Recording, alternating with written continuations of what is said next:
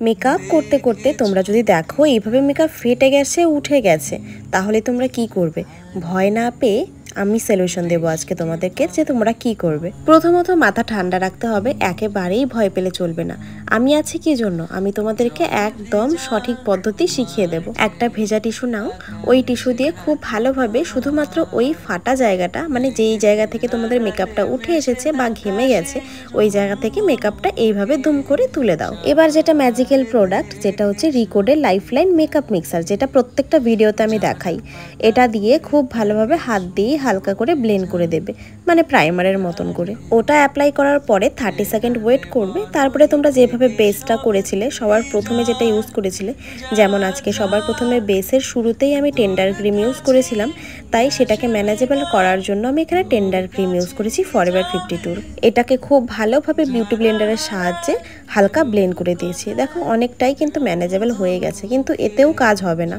এরপর আমাদের ফাউন্ডেশন লাগাতে হবে। মানে মেকআপ করে ফেলাটা যতটা সহজ, কিন্তু একটা জায়গা থেকে মেকআপটা উঠে গেলে সেই জায়গাটা ম্যানেজ করা কিন্তু ঠিক ততটাই কঠিন। মানে যেখানেই মেকআপ নষ্ট হবে, তোমরা তুলে ফেলে সেটাকে ঠিক করতে হবে ঠিক আগের স্টেপের মতন, মানে প্রাইমার, ফাউন্ডেশন, কনসিলার, যেভাবে তোমরা স্টেপ বাই স্টেপ মেকআপটা করেছিলে ঠিক সেভাবেই কিন্তু ঠিক করতে হবে। ফাউন্ডেশন ভালোভাবে ব্লেন্ড হয়ে গেলে এবার সব থেকে বড় পার্ট, যেটা হচ্ছে তোমরা ট্রান্সলুশন পাউডার দিয়ে এই জায়গাটাকে সেট করবে না, তোমরা যে কোনো ভালো কম্প্যাক্ট দিয়ে এই জায়গাটাকে সেট করবে, তবেই কিন্তু তোমরা এই জায়গাটাকে ম্যানেজ দিতে পারবে। কারণ যে কোনো ট্রান্সলুশন পাউডার শুধুমাত্র মেকআপটাকে সেট করে, আর কম্প্যাক্টের কাজ হলো মেকআপটাকে সেট করবে প্লাস আরও ভালো কিন্তু একটু কভারেজও দেবে। কম্প্যাক্টটা ভালোভাবে সেট হয়ে গেলে এবার সেম আগের মতন ব্লাশার, হালকা কন্ট্রোল যেখানে যতটুকু দরকার ঠিক সেভাবেই কিন্তু ইউজ করতে হবে। দেখো আমি যেভাবে ইউজ করছি, যেন জিনিসটা একেবারেই আগের মেকআপের সাথে একদম ম্যাচ খেয়ে যায়। সবটা ভালোভাবে ম্যানেজ করা হয়ে গেলে এবার এই জায়গার মেকআপটাকে ভালোভাবে বসানোর জন্য এখানে আমি আজকে ফরএভার 52 একটি ফিক্সার ইউজ করছি।